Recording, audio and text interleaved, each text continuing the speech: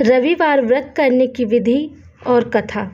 सर्व मनोकामना की पूर्ति हेतु रविवार भगवान सूर्य का व्रत श्रेष्ठ है।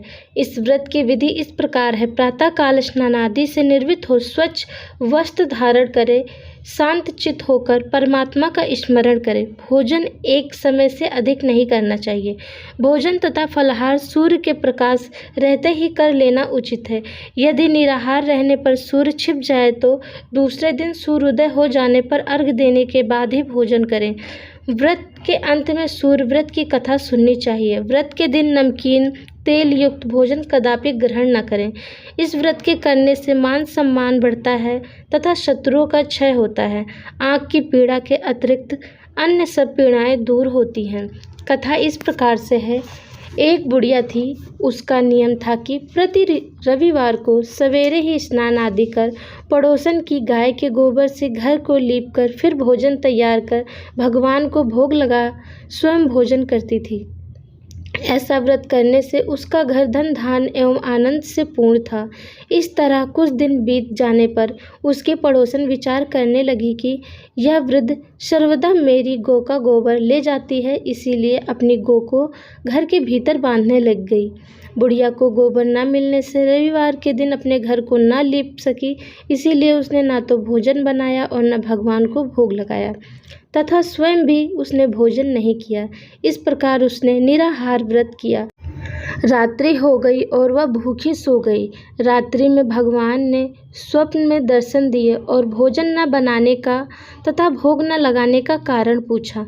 वृद्ध ने गोबर न मिलने का कारण सुनाया।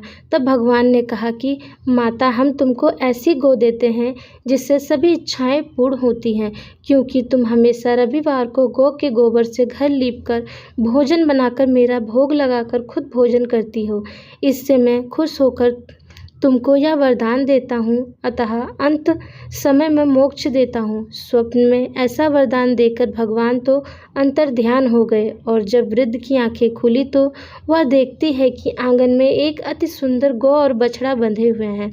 वह गौ और बछड़े को देखकर अत्यंत प्रसन्न हुई और उसको घर के बाहर बांध दिया, वही खाने का चारा डाल दिया। जब उसकी पड़ोसन ने बुढ़िया के घर के बाहर एक अति सुंदर गौ और बछड़े को देखा तो द्वेष के कारण उसका हृदय जल उठा तथा जब उसने देखा कि गौ ने सोने का गोबर किया है तो वह उस गौ का गोबर ले गई और अपनी गौ का गोबर उसकी जगह पर रख गई।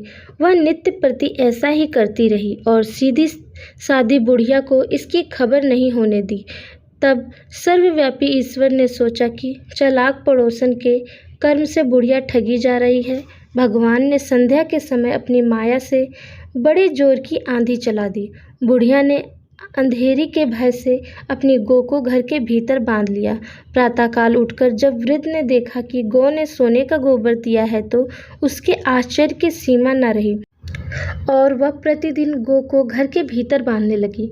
उधर पड़ोसन ने देखा कि बुढ़िया गौ को घर के भीतर बांधने लगी है और उसका सोने का गोबर उठाने का दांव नहीं चला तो वह ईर्ष्या से जल उठी और कुछ उपाय न देखा उसने उस देश के राजा की सभा में जाकर कहा, महाराज, मेरे पड़ोस में एक वृद्ध के पास ऐसी गौ है जो आप जैसे राजाओं के ही योग्य है। वह नित्य सोने का गोबर देती है। आप उस सोने से प्रजा का पालन करिए। वह वृद्ध इतने सोने का क्या करेगी? राजा ने यह बात सुन अपने दूतों को वृद्ध के घर से गौ लाने की आज्ञा दी। वृद्ध प्रातः ईश्वर का भोग लगा भोजन ग्रहण करने ही जा रही थी कि राजा के कर्मचारी गौ खोलकर ले गए। वृद्ध काफी रोई चिल्लाई, किंतु कर्मचारियों के समक्ष कोई क्या कहता। उस दिन वृद्ध गौ के वियोग में भोजन न खा सकी और रात भर रो रोकर ईश्वर से गौ को पुनः पाने के लिए प्रार्थना करती रही। उधर राजा गौ को देख बहुत प्रसन्न हुआ, लेकिन सुबह जैसे ही वह उठा सारा महल गोबर से भरा दिखाई देने लगा।